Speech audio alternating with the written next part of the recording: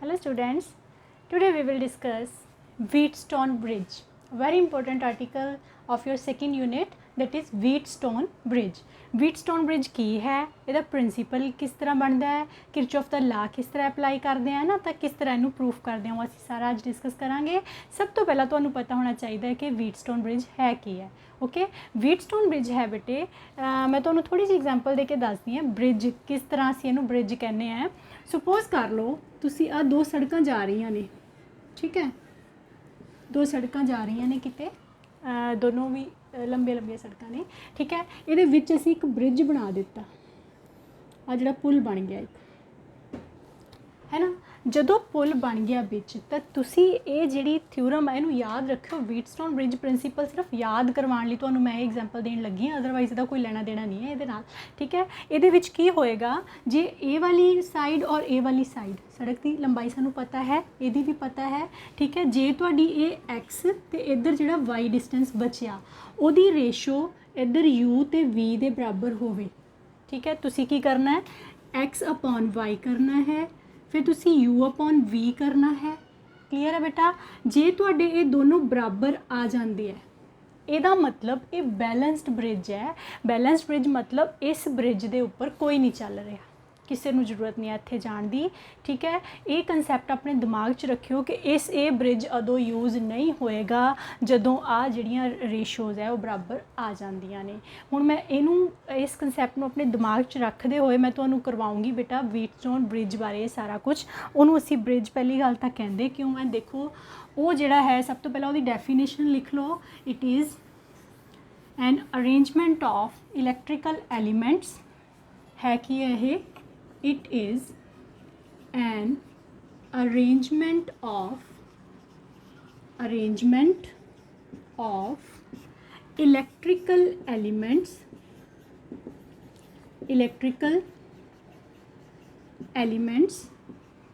which is used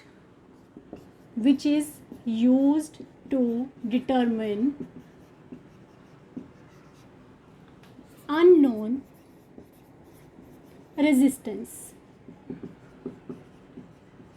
हुण electrical elements की है, ये बेटा रेजिस्टेंसिस होंगे, गलवेनोमीटर होगा, वायरस होंगे, मतलब जो भी इलैक्ट्रिकल एलीमेंट्स होंगे वो छोटे छोटे पार्ट्स आप यूज़ किए होंगे ये।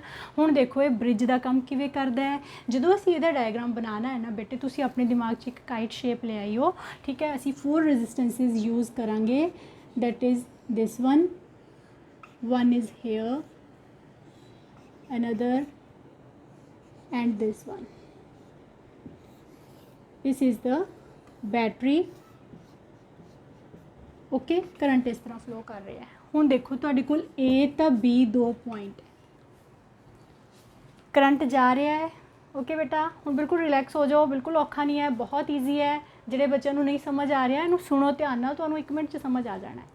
देखो की होएगा, साडे कोल 2 रस्ते है, इस करंट कोल जाण लई 2 रस्ते है, जिमें 2 सड़कां असीं बनाईआं सी। क्लीयर है बेटे। या तो एक करंट इधरों चला जाए बी ते पहुँच जाए, जाना तो इन्हें अल्टीमेटली इत्थे ही है। जे इधरों गया तो भी इत्थे पहुँचेगा, ठीक है। जे मतलब सी दे थ्रू गया तो भी पहुँच जाएगा, डी दे थ्रू जाएगा तो भी पहुँच जाएगा, है ना।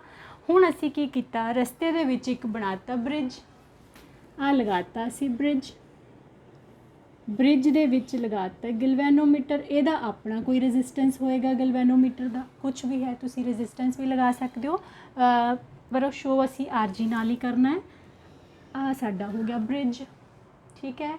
हुण तुहानूं की दस्सिया सी मैं, जदों तां सड़कां जिहड़ियां तुसी बनाईआं उहदे विच बनाता ब्रिज, तां तुसी किहड़ी चीज़ चैक करनी है प्रिंसीपल लगाउण लई बेटे, कि इहदी रेशो इहदे नाल, इहदी रेशो इहदे नाल बराबर है कि नहीं बराबर है। जिन्ने न्यूमेरिकल आ जाण तुसी आराम नाल कर सकते हो। जे बराबर है तो व्हीटस्टोन ब्रिज लगा देना है, नहीं बराबर तो फिर तुसी नहीं लगा सकते। जे मैं इनू R1 ले ला, इनू R2 ले ला, R3 तो इनू R4 ला, ठीक है। व्हीटस्टोन ब्रिज की कहता है ये जिहड़ा R1 R2 R3 R4 की रेशो बराबर होएगी तो की दस्सिया सी तुहानूं, पुल दे उपर कोई नहीं जाएगा। जिहड़ा असीं ब्रिज बनाता ना उत्थे कुछ नहीं जाएगा। हुण इस केस दे विच बंदे तो है नहीं, जाना कहने हैं करंट ने, करंट आया या तो इधरों चला जाए या इधरों चला जाए। हुण जे इधरों जा रहा सी, उहनूं रस्ता एक होर मिलिया भी मैं शॉर्टकट मार के भज जाए इत्थे, है ना, लेकिन नहीं होएगा क्योंकि ਅਸੀਂ ਇਹਨੂੰ ਕਹਿ ਰਹੇ ਬੈਲੈਂਸਡ ਕੰਡੀਸ਼ਨ ਦੇ ਵਿੱਚ ਹੈ। ਜਦੋਂ ਇਹ ਰੇਸ਼ੋਜ਼ ਬਰਾਬਰ ਹੋਣਗੀਆਂ ਵੈਸੇ ਤਾਂ ਜਾਏਗਾ, ਜੇ ਇਹ ਬੈਲੈਂਸ ਨਹੀਂ ਹੈ। ਬੈਲੈਂਸਡ ਵਰਡ ਜਦੋਂ ਆਪਾਂ ਯੂਜ਼ ਕਰਾਂਗੇ ਨਾ, ਬ੍ਰਿਜ ਇਜ਼ ਬੈਲੈਂਸਡ, ਤਾਂ ਉਸ ਕੇਸ ਦੇ ਵਿੱਚ ਜਿਹੜਾ ਇੱਧਰਲੇ ਪਾਸੇ ਕਰੰਟ ਹੁੰਦਾ ਹੈ IG, it will be 0। Okay, ਅਸੀਂ ਇਹਨੂੰ ਯੂਜ਼ ਕਰਨਾ ਹੈ ਮੀਟਰ ਬ੍ਰਿਜ ਦੇ ਵਿੱਚ ਇਸ ਪ੍ਰਿੰਸੀਪਲ ਨੂੰ। ਉੱਥੇ ਮੈਂ ਤੁਹਾਨੂੰ ਦਿਖਾਉਂਗੀ ਬੇਟੇ ਕਿ ਗਲਵੈਨੋਮੀਟਰ ਦੀ ਡਿਫਲੈਕਸ਼ਨ 0 ਕਰ ਦਾਂਗੇ ਅਸੀਂ। ਇਟ ਮੀਨਸ ਕਿ ਉਸ ਵਾਇਰ ਦੇ ਵਿੱਚ ਕੋਈ ਕਰੰਟ ਨਹੀਂ ਜਾ ਰਿਹਾ। ਓਕੇ, ਸੋ ਇਹਦਾ ਮਤਲਬ ਜਿਹੜਾ ਉਹ ਤੁਸੀਂ ਪੁੱਲ ਬਣਾਇਆ ਉੱਥੇ ਕੋਈ ਨਹੀਂ ਜਾ ਰਿਹਾ। ਅਤੇ ਤੁਸੀਂ ਦੂਸਰੀ ਗੱਲ ਕੀ ਚੈੱਕ ਕਰਨੀ ਹੈ, R1/R2 is equal to R3/R4। ਇਹ ਇਹਦਾ ਪ੍ਰਿੰਸੀਪਲ ਹੈ। ਸੋ ਅਸੀਂ ਪ੍ਰਿੰਸੀਪਲ ਕੀ ਲਿਖਾਂਗੇ ਰਾਜੇ, principal if Wheatstone bridge is balanced, if R1, R2, R3 and R4 are the resistances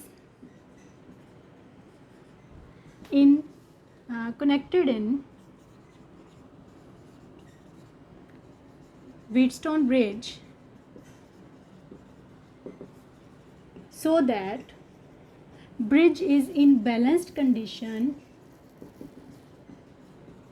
in balanced condition, balanced मतलब कोई नहीं जा रहा उधर, IG 0 है, then फिर की होएगा, then R1/R2 is equal to R3/R4, this upon this is equal to this upon this। ਹੁਣ ਅਸੀਂ ਕਰਾਂਗੇ ਇਹਦਾ ਪ੍ਰੂਫ। ਸਮਝ ਆ ਗਈ ਨਾ ਸਾਰਿਆਂ ਨੂੰ ਇੰਨੀ ਗੱਲ। ਫਿਰ ਨਿਊਮੈਰੀਕਲਸ ਵੀ ਕਰਾਂਗੇ ਅਸੀਂ ਬੇਟੇ, ਉਹਦੇ ਤੋਂ ਤੁਹਾਨੂੰ ਹੋਰ ਕਲੀਅਰ ਹੋ ਜਾਣਾ ਹੈ। ਫਿਲਹਾਲ ਤੁਸੀਂ ਹਾਲੇ ਤਿਆਰੀ ਕਰ ਰਹੇ ਹੋ, ਇੰਨਾ ਕਿ ਪਹਿਲਾਂ ਸਮਝ ਲਓ। ਜੇ ਡਾਊਟ ਹੈ ਫਿਰ ਮੈਨੂੰ ਦੱਸਣਾ ਹੈ ਤੁਸੀਂ ਕਮੈਂਟ ਬਾਕਸ ਦੇ ਵਿੱਚ ਕਮੈਂਟ ਕਰਕੇ। ਹੁਣ ਅਸੀਂ ਇਹਦਾ ਪ੍ਰੂਫ ਕਰਾਂਗੇ ਕਿਰਚੌਫਸ ਲਾ ਲਗਾ ਕੇ। ਠੀਕ ਹੈ, ਪ੍ਰੂਫ ਜਿਹੜਾ ਹੈ ਉਹ ਮੇਨ ਹੈ ਬੇਟੇ। ਉਹਦੇ ਲਈ ਹੁਣ ਤੁਸੀਂ ਕੋਈ ਵੀ ਸਟੈਪ ਜਿਹੜਾ ਮਿਸ ਨਹੀਂ ਕਰਨਾ। ਤੁਸੀਂ ਸਾਰੇ ਬੱਚਿਆਂ ਨੇ ਕਿਰਚੌਫ ਦਾ ਸੈਕਿੰਡ ਲਾਅ ਕੀਤਾ ਹੋਇਆ है ना। किरचॉफ द सेकंड लॉ ਤੁਹਾਨੂੰ ਬਹੁਤ ਅੱਛੀ ਤਰ੍ਹਾਂ ਕਰਵਾਇਆ ਹੋਇਆ ਮੈਂ ਕਿ ਕਿਸ ਤਰ੍ਹਾਂ ਅਪਲਾਈ ਕਰੀਦਾ ਹੈ। ਉਹੀ ਆਪਾਂ ਇੱਥੇ ਅਪਲਾਈ ਕਰਾਂਗੇ। ਸਾਡੇ ਕੋਲ ਦੇਖੋ 2 ਲੂਪਸ ਬਣ ਰਹੀਆਂ ਨੇ। ਤੁਹਾਨੂੰ ਪਤਾ ਹੈ ਨਾ ਕਿਰਚੌਫ ਦਾ ਜਿਹੜਾ ਸੈਕਿੰਡ ਲਾ ਹੈ ਉਹ ਲਾ ਆਫ ਲੂਪ ਹੈ। ਜੇ ਤੁਸੀਂ ਦੇਖੋਗੇ ਨਾ ਫਸਟ ਲਾ ਤਾਂ ਆਪੇ ਇੱਥੇ ਅਪਲਾਈ ਹੋਏਗਾ। ਦੇਖੋ ਕਿਰਚੌਫ ਦਾ ਫਸਟ ਲਾ ਕੀ ਕਹਿੰਦਾ, ਕਰੰਟ ਅਗਰ I ਆਇਆ, I ਕਰੰਟ ਬੈਟਰੀ ਨੇ ਸੈਂਡ ਕੀਤਾ, ਇੱਧਰ ਸੁਪੋਜ਼ ਕਰੋ I1 ਚਲਾ ਗਿਆ, ਇਹਦੇ ਕੋਲ ਚਲਾ ਗਿਆ I2। ਓਕੇ, ਹੁਣ ਤੁਸੀਂ ਇੱਥੇ ਨਾ ਜਾਇਓ ਵੀ ਮੈਂ I3 ਨਾਮ ਰੱਖਾਂ। ਮੈਂ ਹੁਣ ਤੁਹਾਨੂੰ ਦੱਸਣ ਲੱਗੀ ਵੀ I ਆਇਆ, I1 ਇੱਧਰ, I2 ਇੱਧਰ ਚਲਾ ਗਿਆ। ਕਲੀਅਰ ਆ ਬੇਟੇ। ਹੁਣ ਕੀ ਹੋਏਗਾ, ਜਿਹੜਾ ਆ ਸੀ ਜੰਕਸ਼ਨ ਵਾਲਾ, ਇੱਥੇ ਪਹਿਲਾ ਲਾਅ ਲੱਗ ਗਿਆ। ਇਹਦਾ ਮਤਲਬ ਕਿਰਚੌਫ ਦਾ ਫਸਟ ਲਾਅ ਅਪਲਾਈ ਹੋ ਗਿਆ ਨਾ। ਦੇਖੋ ਟੋਟਲ ਕਰੰਟ ਜਿੰਨਾ ਆਇਆ ਉਹ ਇਹਨਾਂ ਦੋਨਾਂ ਦੇ ਵਿੱਚ ਡਿਵਾਈਡ ਹੋ ਗਿਆ। ਇਹ ਦੋਨਾਂ ਦਾ ਸਮ ਇਹਦੇ ਬਰਾਬਰ ਹੋਏਗਾ। ਠੀਕ ਹੈ, ਉਹ ਰੂਲ ਬ੍ਰੇਕ ਨਹੀਂ ਹੋਇਆ ਸਾਡਾ। ਹੁਣ ਜਿਹੜਾ I1 ਹੈ ਉਹਨੇ ਥਰੂ DB 'ਤੇ ਜਾਣਾ। ਜਦੋਂ ਜਾ ਰਿਹਾ ਹੈ ਉਹਦੇ ਕੋਲ ਇੱਕ ਰਸਤਾ ਹੋਰ ਸੀ ਕਿ ਉਹ ਇੱਧਰ ਜਾਂਦਾ, but we are talking about balanced bridge. ਇੱਧਰ ਨਹੀਂ ਜਾਏਗਾ। ਸਾਰੇ ਦਾ ਸਾਰਾ ਕਰੰਟ ਕਿੱਧਰ ਚਲਾ ਗਿਆ, ਇਸ ਸਾਈਡ 'ਤੇ ਚਲਾ ਗਿਆ। ਕਲੀਅਰ ਹੈ ਨਾ। ਹੁਣ ਇਸ ਸਾਈਡ 'ਤੇ ਇੱਥੇ ਆ ਗਿਆ ਹੈ। ਹੁਣ ਇਹਦੇ ਕੋਲ ਫਿਰ ਰਸਤੇ 2 ਹੈ, ਜਾਂ ਤਾਂ ਇਹ ਇੱਧਰ ਚਲਾ ਜਾਏ ਜਾਂ ਫਿਰ ਇੱਧਰੋਂ ਦੀ ਇੱਥੇ ਆ ਜਾਏ। ਠੀਕ ਹੈ ਬੇਟੇ। ਹੁਣ ਕੀ ਹੋਏਗਾ, ਉੱਧਰੋਂ ਆ ਵੀ ਕਰੰਟ ਆ ਰਿਹਾ ਹੈ, ਇਹਦੇ ਕੋਲ ਵੀ ਰਸਤੇ 2 ਹੈ, ਜਾਂ ਤਾਂ ਇੱਧਰ ਚਲ ਜਾਏ ਜਾਂ ਇੱਧਰ ਚਲ ਜਾਏ। ਇੱਧਰ ਨਹੀਂ ਜਾਏਗਾ ਕਿਉਂਕਿ ਬੈਲੈਂਸਡ ਹੈ। ਸਾਰੇ ਦਾ ਸਾਰਾ ਜਿਹੜਾ I2 ਹੈ ਉਹ ਇੱਥੇ ਜਾਏਗਾ, ਹੈ ਨਾ। ਆ ਤੁਹਾਡਾ I1 ਆ ਰਿਹਾ ਹੈ, ਆ I2 ਆ ਰਿਹਾ ਹੈ। ਹੁਣ ਜਿੰਨਾ ਬੈਟਰੀ 'ਚੋਂ ਕਰੰਟ ਨਿਕਲਿਆ ਸੀ ਉਹ I1 + I2 'ਚ ਡਿਵਾਈਡ ਹੋਇਆ। ਮਤਲਬ ਜਿਹੜਾ I ਹੈ ਉਹ I1 + I2 ਹੈ। ਜਦੋਂ ਇੱਥੇ ਮਿਲ ਗਿਆ ਬੇਟੇ ਆ ਕੇ, ਆ I1 ਆ ਰਿਹਾ ਹੈ, ਆ I2 ਆ ਰਿਹਾ ਹੈ। ਇਹ ਸਾਰਾ ਕਰੰਟ I1 + I2 ਵਾਪਸ ਬੈਟਰੀ ਦੇ ਵਿੱਚ ਗਿਆ। ਇਟ ਮੀਨਸ ਬੈਟਰੀ ਕੋਲ I ਵਾਪਸ ਪਹੁੰਚ ਗਿਆ। ਜਿੰਨਾ ਕਰੰਟ ਨਿਕਲਿਆ ਸੀ ਉਹ ਸਾਰਾ ਕਰੰਟ ਵਾਪਸ ਆ ਗਿਆ ਕਿਰਚੌਫ ਦੇ ਫਸਟ ਲਾਅ ਦੇ ਨਾਲ। ਹਰ ਜੰਕਸ਼ਨ 'ਤੇ ਆਪਾਂ ਕਿਰਚੌਫ ਦਾ ਫਸਟ ਲਾਅ ਲਗਾ ਸਕਦੇ ਹਾਂ। ਠੀਕ ਹੈ, ਹੁਣ ਆ ਗਈ ਗੱਲ ਸੈਕਿੰਡ ਲਾਅ ਦੀ। ਸੈਕਿੰਡ ਲਾਅ ਦੇ ਨਾਲ ਸਾਡਾ ਮੇਨ ਪ੍ਰੂਫ ਹੋਣਾ ਹੈ। ਅਸੀਂ ਇਸ ਡਾਇਰੈਕਸ਼ਨ ਨੂੰ ਪੋਜ਼ੀਟਿਵ ਡਾਇਰੈਕਸ਼ਨ ਮੰਨ ਲਿਆ। ਓਕੇ, ਇਹਦਾ ਪ੍ਰੂਫ ਹੈ ਹੁਣ proof, apply Kirchhoff's second law on ਕਿਹੜੀ ਲੂਪ ਤੇ ਲਗਾਉਣ ਲੱਗੇ ਅਸੀਂ ਰਾਜੇ, ACDA। Okay, ACDA। ਇਹਦੇ ਉੱਤੇ ਮੈਂ ਕਿਰਚੌਫ ਦਾ ਸੈਕਿੰਡ ਲਾਅ ਲਗਾਉਣ ਲੱਗੀ ਹਾਂ। ਹੁਣ ਤੁਸੀਂ ਧਿਆਨ ਰੱਖਿਓ, ਮੈਂ ਇਹ ਡਾਇਰੈਕਸ਼ਨ ਪੋਜ਼ੀਟਿਵ ਲਈ ਹੈ। ਸੋ ਸਾਡੇ ਕੋਲ ਕੀ ਆਏਗਾ, I1 × R। ਇਹ ਲॉ ਹੁੰਦਾ ना भी मल्टीप्लाई करना है करंट ते रेजिस्टेंस नूं तो EMF के सम के बराबर होएगा I1 into R1 plus IG भी इस डायरैक्शन च है IG इंटू G RG लिख सकते हो तुसी RG आ डायरैक्शन चेंज हो गई करंट की इनू असी लिखांगे -I2 into R3 is equal to 0 इत्थे EMF तो है ही नहीं कोई भी ठीक है।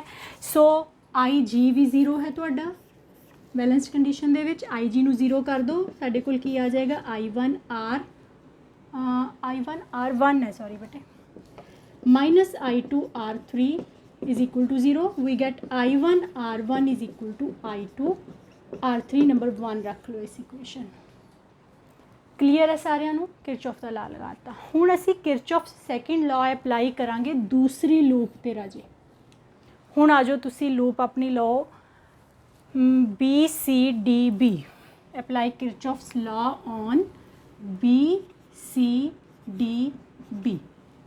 हुण की होएगा बेटा जदों तुसी ये लॉ लगाओगे तुहाडे कोल आ गया R2 डायरैक्शन ए वाली पॉजिटिव लै रही हूँ मैं I1 R2 प्लस ए वाली डायरेक्शन ए नेगेटिव हो गई -I2 R4 क्योंकि उल्टी डायरेक्शन है ना सो इनू असी माइनस लिया फिर आ भी फिर -IG RG is equal to 0 clear है। हुण की हो गया ये फिर IG 0 है आ टर्म तक खत्म हो गई बचा कि I1 R2 -I2 R4 is equal to 0 so we get I1 R2 is equal to I2 R4। जी पहला इक्वेशन आई सी वो किहड़ी सी बेटा ये होगी नंबर 2 पहली इक्वेशन आई सी साडे कोल I1 R1 is equal to I2 R3 है ना ये नंबर 1 सी।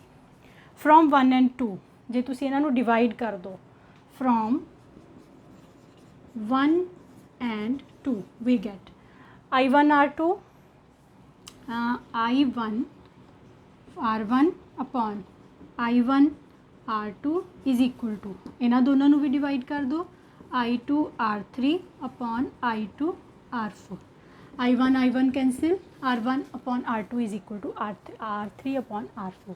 ਇਹਦਾ मतलब जो बैलेंस्ड है ना जो IG 0 है तो आ प्रिंसीपल अपने आप आ जाता है ये तुसी आराम नाल अप्लाई कर सकते हो। कंडीशन कि जिहड़ा रेजिस्टेंस इत्थे लग्या है ਉਹਦੇ ਵਿੱਚੋਂ ਦੀ करंट 0 जाना चाहिए है ये याद रखियो। जे तुहानूं ये डिवाइड करन च प्रॉब्लम है तो तुसी बेटा इसे स्टैप तो पहला I1 R1 भी कढ सकते हो। मैं तुहानूं एक होर तरीका दस दिंदी हाँ जे किसी बच्चे नूं कन्फ्यूजन होंदी है भी मैम सानू नहीं पता लगता डिवाइड क्यों किया तो तुसी फस्ट इक्वेशन तो I1 upon I2 कढ low from 1 ये बन जाएगा तुहाडा R3 अपॉन R1 क्लीयर है। फिर सैकेंड इक्वेशन तो कढ लो फ्रॉम 2 ये तो जो I1 अपॉन I2 कढूंगे it becomes R4 upon R2। हुण तुसी की लिखोगे क्योंकि लैफ्ट हैंड साइड इक्वल है दोनों की इसलिए राइट हैंड साइड भी इक्वल होएगी R3 upon R1 R4 upon R2। इन्हों रिप्लेस कर दो इनू असी लिख सकते हैं R1 अपॉन R2 इधर चला गया is equal to R3 upon R4 ठीक है। R4 इधर आ गया R1 इधर चला गया तो तुहाडे कोल फिर कंडीशन वही आ गई जिहड़ी असी पहला लगा रहे हैं। सो जदों रेजिस्टेंसिस की रेशो बराबर होएगी ब्रिज जिहड़ा है बैलेंस्ड होएगा। इहदे नाल हुण तुसीं अननोन रेजिस्टेंस किद्दां फाइंड आउट कर सकते हो बेटे मीटर ब्रिज असी देखांगे प्रैक्टिकल तुहानूं करावांगे उहदे विच असी यूज़ करांगे प्रिंसीपल ठीक है ना। असी की कर सकते हैं देखो तुहानूं न्यूमेरिकल आएगा तुहानूं 3 रेजिस्टेंसिस गिवन ने चौथा फाइंड आउट करो। अगर व्हीटस्टोन ब्रिज बैलेंस है तो तुसी कर सकते हो ना ये वैल्यूज़ ये पुट करनिया ने आराम नाल तुसी एक्स की वैल्यू फाइंड आउट कर सकते हो। सो जे किसी भी बच्चे नूं हले भी प्रॉब्लम है बेटा मैनूं जरूर दसो मैं डाउट क्लीयर करांगी तुहाडे। Okay Raje thank you have a nice day.